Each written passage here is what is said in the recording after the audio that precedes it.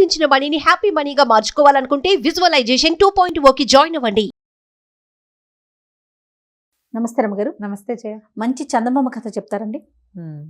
మోసగాళ్ళ కథ చెప్దాం. ఓ, తెలివైన మోసాలు ఒక్కళ్ళు ఒక్కో రకంగా చేస్తారు. ఇప్పుడు కూడా మనం మోసగాళ్ళని చూస్తాం చూడు, కొన్ని సభల్లో కూడా జరిగిపోతుంటాయి. అట్లా ఏదో ఇది చేస్తే గుడి వాళ్ళకి కళ్ళు వచ్చేస్తాయి, కుంటి వాళ్ళు నడిచేస్తారు, మూగవాళ్ళు మాట్లాడేస్తారు. అవునవును. అలా అవన్నీ ప్రీ ప్లాన్డే కదా.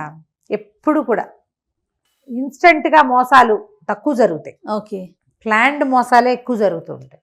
ఒక ఊళ్ళో ఓ ఇద్దరు మోసగాళ్ళు కలిసి జనాన్ని మోసం చేసేవాళ్ళు. ఈ ఊళ్ళో జనాల్ని కొంతమందిని స్టూపిడ్స్ని చేసి సంపాదించుకున్నాక ఇంకో ఊరు తరలి పోయేవాళ్ళు, అక్కడేదో చేసేవాళ్ళు. అయితే ఏమైంది, వీళ్ళు ఈ ఊరు నుంచి వెళ్ళి ఇంకో ఊరు వెళ్తుంటే ఆ ఊళ్ళోకి ప్రవేశిస్తూ ఉండగానే ఆ ఊరి మొగదల్లోనే ఉన్న ఒక ఆయన, ఈ సవీధరుగులో కూర్చున్న ఒక ఆయన ఎప్పుడో వీళ్ళ చేతిలో మోసపోయినవాడు.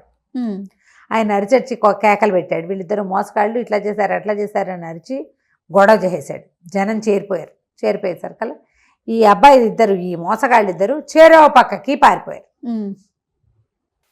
అసలు ఆగల. అయితే వీళ్ళు జనరల్గా సన్యాసి వేషాలు వేసుకునేవాడు. వీళ్ళలో ఒకడు గురువు వేషం వేసుకునేవాడు ఒకడున్నాడు.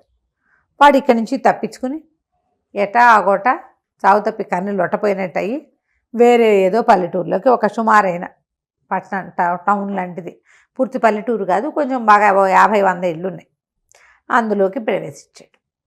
ఈ అలా కథాకాలం నాడు చిన్న చిన్న ఊళ్ళే ఎక్కువగా ఉన్నాయి.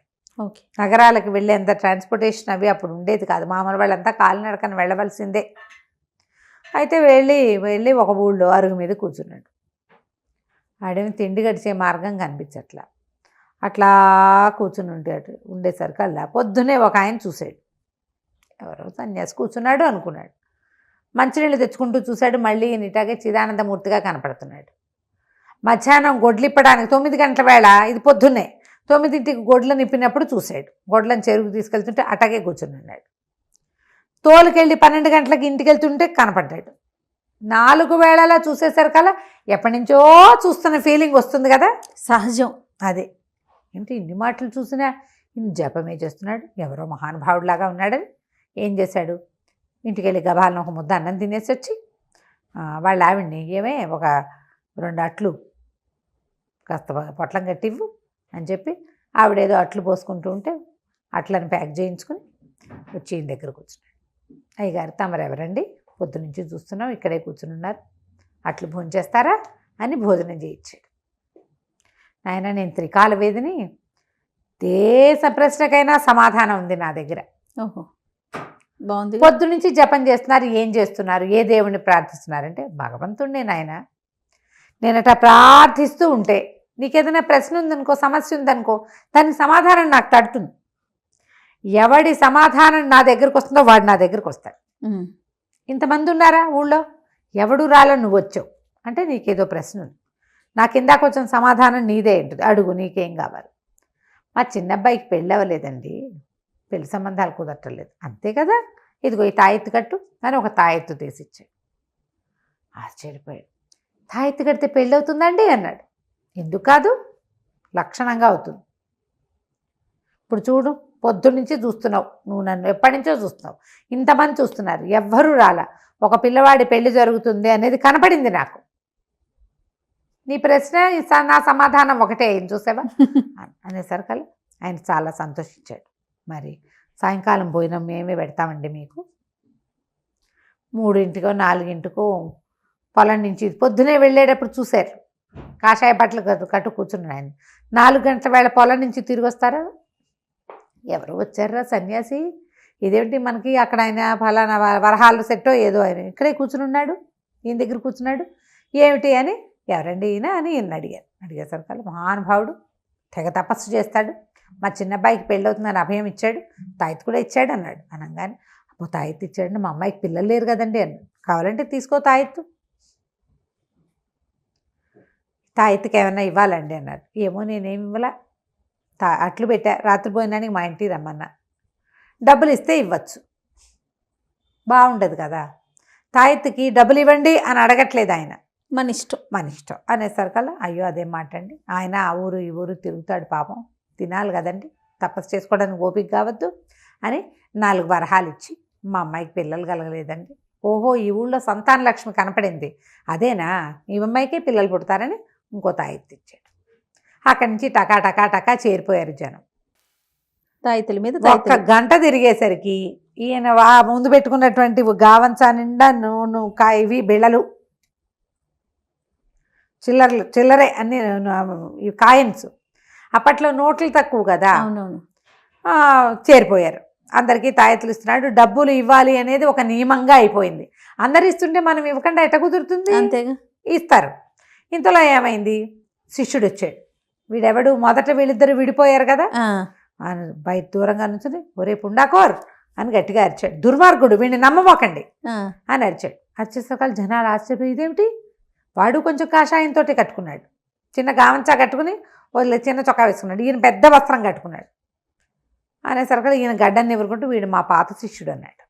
అనగానే జనాలు అతని దగ్గర ఏమిటి తిడుతున్నావు ఏమిటంటే, వీడొట్టి దుర్మార్గుడు, వాడిచ్చే తాయెత్తులు ఏవి పని చేయవు, వేస్ట్ ఫెలో వీడని తెగ తిట్టడం మొదలుపెట్టాడు. కొంతమంది జనాలు అటు చేరిపోయారు. ఈయన డబ్బులు తీసుకుంటున్నాడంటే సరైన వాడు కాదనమాట. ఓకే, వీళ్ళకి మొదట తాము డబ్బు ఇచ్చి తాయెత్తులు తీసుకోవడం జాయిస్ బాగానే ఉంది, కానీ ఇతను సరైన వాడు కాదని ఇంకొకటి చెప్పేసరికల్లా వీళ్ళకి ఏమనిపించింది, డబ్బులు తీసుకుంటున్నాడంటే కాదన్నమాట. మరి ఈయన గొప్ప సేవకుడైతే సేవ చేయాలి కదా, గొప్ప సన్యాసి అయితే డబ్బులు తీసుకోకూడదు కదా, ఎందుకు తీసుకుంటున్నాడు డబ్బులు? కానీ ఆయన అడగలేదు, తాము ఇచ్చాము అన్నమాట గుర్తులేదు. ఆయనే అడగల, నువ్వే వెళ్ళావు, మనమే వెళ్ళాము ఈయన దగ్గరికి, ఎవరిని పిలవలా అతను. ఓకే, ఆ మాట తట్టదు, ప్రజలకు ఎవ్వరికీ అది తట్టదు. అవును, నేనేం నిన్ను పిలవలా, నువ్వే వచ్చావు నా దగ్గరికి, నేను ఎలా ఉండాలో నువ్వెందుకు చెప్తావు? చెప్పకూడదు కదా. అసలు ఆలోచించారు ప్రజలు. అక్కడి నుంచి గందరగోళంగా వీళ్ళు వాళ్ళు బాహాబాహి కొట్టాడుకోవడం, తిట్టుకోవడం మొదలుపెట్టారు. కొంతమంది నాబోటి వాళ్ళు ఉన్నారు కదా, ఆయన అడిగాడు, ఏంటయ్యా నిన్ను డబ్బులు ఇచ్చావు, తీసుకున్నావు, ప్రయత్నం చేస్తే తెలుస్తుంది వీడెవడో అని కొంతమంది. ఆయన పొద్దు నుంచి కూర్చున్నాడు, ఆయన ఎవరి దగ్గర ఏమీ అడగలేదని కొంతమంది. ఆ సన్యాసాలకి డబ్బులు ఎందుకండి, సన్యాసాడికి డబ్బు ఎందుకండి, వాడికి ఏమైనా పిల్ల పాప ఇల్లా వాకిలా ఒడ్డు గోదా ఏముంటాయి అని ఇంకొంతమంది. అక్కడి నుంచి ఈయన లేచి నిలబడ్డాడు గురువుగారు. ఒరే అజ్ఞాని, ఎక్కువగా మాట్లాడకు, నీ మాట నిజమైతే ఈ కప్పు గోలి నా నెత్తి మీద పడుతుంది, అబద్ధమైతే నీ సంగతి అన్నాడు. అనంగానే ఈ శిష్యుడు బిళ్ళబీటగా విరుచుకుపడిపోయాడు. పడిపోక జనాలు చచ్చిపోయాడు ఇంకేముందని పరిగెత్తారు. పరిగెడితే వాడు ఇట్లా సోయి లేకుండా పడున్నాడు. లెక్క ప్రకారం ఇప్పుడు ఆయన ఏం చెప్పాడు, నువ్వు చెప్పేది నిజమైతే కప్పుకూలు నా నెత్తి మీద పడాలి, అబద్ధమైతే నువ్వు అన్నాడు. అనంగానే పడిపోయాడంటే ఏమిటి అర్థం? గురువుగారు కరెక్ట్. అక్కడి నుంచి జనాలు పరుగులు పెట్టారు. ఇంకేముంది అన్నారు. ఇక ఈయన దగ్గర ఉన్న వాళ్ళంత మహానుభావ, మీరు ఎంత గొప్పవాళ్ళండి, పాపం వాడెవరికో శాపం పెడితే ఎట్లాగా, మీలాంటి మహానుభావులు శాపాలు అవి పెట్టకూడదు కదా, భగవంతుడి స్వరూపం మీరు, వాడిని బతికించండి, ఊరిని అడిబడిలో చచ్చిపోయాడని కేకలు పెట్టారు ఇంకొంతమంది. ఈయనేం చేశాడు, లేచెళ్ళి వెళ్తే తాయెత్తు ఒకటి పుచ్చుకెళ్ళి ఆ తాయెత్తుని దండం పెట్టి కట్టాడు. గురు నీ దయ అని కట్టాడు. కట్టంగానే కింద పడిన లేచి కూర్చున్నాడు. గురుగారు నన్ను క్షమించండి, అజ్ఞానిని, చాలా పొరపాటు పడ్డాను, మిమ్మల్ని వాళ్ళు ఎవరో అంటుంటే అది నిజం అనుకున్నాను, దయచేసి నన్ను క్షమించి శిష్యుడిగా స్వీకరించండి అని పాదాలు పట్టుకోగానే గురువుగారు నన్ను క్షమించాను, పో, బతుకు, ఇక్కడి నుంచి వెళ్ళిపో అన్నాడు. ఆనంగానే వాడు బతుకు జీవుడా అని శిష్యుడు లేచి వెళ్ళిపోయాడు. ఈ అప్పటిదాకా సంచి ఒక ఏమిటి ఆ గావంచా మీద పడ్డాయి బిళ్ళలు, ఇప్పుడు మొత్తం గావంచా అంతా నిండిపోయేన్ని కాసులు పడ్డాయి. అక్కడి నుంచి వార వీర ప్రసాదాలు పదార్థాలు ఆహార పదార్థాలు పట్టుకొచ్చి భిక్ష అని పట్టుకొచ్చి ఇచ్చారు. బాగా చీకటి పడ్డాక ఈయన, నాయన మళ్ళీ అవకాశం ఉంటే భగవంతుడు కనుక మీ ఊరు వైపు దారి చూపిస్తే తప్పకుండా వస్తా, తాయెత్తులు అవి కట్టుకుని ధైర్యంగా సంతోషంగా ఉండండి, మీకు పిల్లలు కలుగుతారు, పాపలు కలుగుతారు, మీ పొలాల్లో పంటలు పండుతాయి, మీ పిల్లలకు పెళ్ళిళ్ళు అవుతాయి, మీ గొడ్డు గోదా అంతా అభివృద్ధి ఉంటుంది, ఊరు సుభిక్షంగా ఉంటుందని అందరినీ పేరు పేరున దీవించి రాత్రి బాగా ఎక్కాక, రాత్రిపూట ఊళ్ళల్లో నిద్ర చేయకూడదు నాయన, నాబోటి సన్యాసులు ఊళ్ళలో పడుకోకూడదు, అడవిలో పడుకోవాలి నేనని వెళ్ళిపోయాడు. వీళ్ళంతా శివోహం అనుకుని దండాలు పెట్టుకున్నారు. ఎవరిళ్ళకి వాళ్ళు వెళ్ళారు ఎంతో సంతోషంగా. ఇవాళ ఎలాంటి మహత్తుని మనం కంటితో చూసాం అనుకున్నారు. ఈయన ఊరు దాటి వెళ్ళాక శిష్యుడు వెయిట్ చేస్తున్నాడు. ఈ సంపాదించిన డబ్బులు సగం చక్కగా పంచుకుని ఆ తెచ్చిన ఆహార పదార్థాలు పంచుకు తిని హాయిగా అడవిలో గావంచాలు పరుచుకు పడుకుని తెల్లవారాక ఏ ఊళ్ళో పిచ్చి వెధవులు ఎక్కువ ఉన్నారో ఎంక్వైరీ చేసుకుని ఆ ఊరు వెళ్దాం రా అని చెప్పి చెప్పుకున్నారనమాట. తర్వాత ఇక దాని వాళ్ళు మళ్ళీ ఊరు బయలుదేరారు. కథ కంచికి మనం ఇంటికి. ఎక్కడో శాస్త్ర జరుగుతుంది, అది ఎప్పటికో శాస్త్ర జరిగినా అక్కడికి మూసేస్తారు బిచానా. అంతే, మళ్ళీ కొత్త ప్లేస్ లో ఈ మోసాలు చేసి సంపాదించే వాళ్ళందరూ అంతే. జనాల పిచ్చితనాలని ఎట్లా కావాలంటే అట్లా క్యాష్ చేసుకుంటారు. మనం చిన్న చిన్న ఇలా పిచ్చి మోసాల నుంచి పెద్ద పెద్ద వ్యాపార సంస్థల వరకు అంతే రమ్మగారు. ప్రతిదీ జనాల వెర్రితనం మీదే, వాళ్ళ అమాయకత్వం మీదే, వాళ్ళ తెలివి తక్కువతనం మీదే పెద్ద పెద్ద కోటాను కోట్ల రూపాయల వ్యాపారాలు కూడా నడుస్తూ ఉంటాయి. అంతే. కథ కంచికి మనం ఇంటికి. నమస్తే రమ్మగారు. నమస్తే.